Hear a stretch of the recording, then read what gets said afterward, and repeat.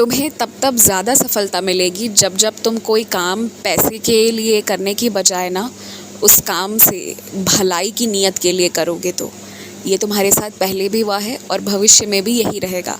जहाँ तुम्हारी मानसिकता बदल जाएगी ना, वैसे ही तुम्हारी संपत्ति समृद्धि में बढ़ोतरी हो जाएगी। तुम इसे आजमा कर देख लेना।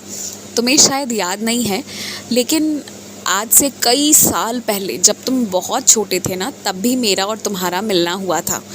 और मैं इस जन्म में ना हमेशा तुम्हारी रक्षा करी है, तुम्हें हमेशा सहायता प्रदान किया है।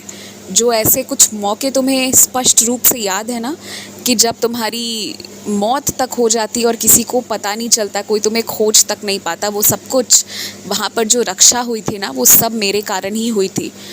जो तुम दुख सह रहे हो ना, यकीन मानो उसका आधा भार मैं ढो रहा हूँ और बिल्कुल आधा तुम्हें दिया है, सिर्फ उतना कि जितना तुम बर्दाश्त कर पाओ।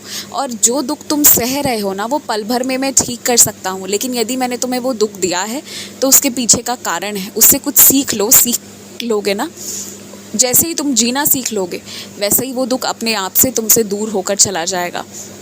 देखो, कुछ चीज़ें ना जीवन में तुम्हारे मन के हिसाब से नहीं हुई है, ये मुझे पता है, लेकिन ये सारी चीज़ें तुम्हें एक ही चीज़ की ओर संकेत कर रही है कि तुम्हारी किस्मत तुम्हें जहाँ ले जाना चाह रही है, तुम वहाँ जाओ।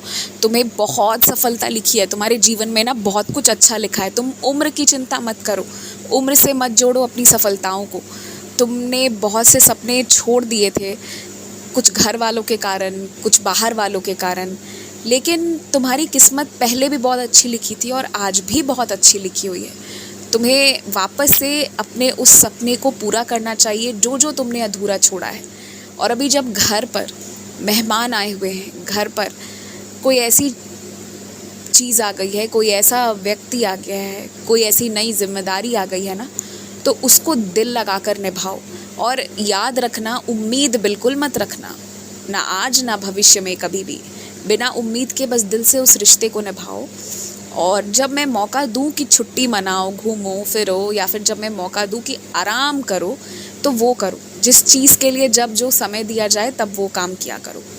जो लोग तुम्हारे समय को ख़राब कर रहे हैं ना, उन्हें अपनी गलती का एहसास आज से कल में हो जाएगा और अब भविष्य में ये घटना तुम्हारे साथ घटित नहीं होगी।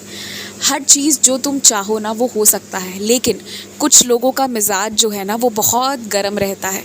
उसे तुम चाहकर भी नियंत्रित नहीं कर पाते हो, कोशिश बहुत करते हो, और तुम उनके चक्कर में ना जो व्यक्तियों की मानसिकताएं होती है उसके बारे में भी बहुत गहन सोच संशोधन करना शुरू करती हो।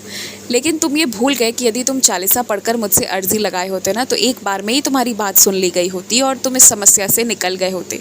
अब पूरी तरह भूल गए हो तो मैं स्मरण करा रहा हूँ, चालीसा पढ़ो, तुम्हारा काम हो जाएगा।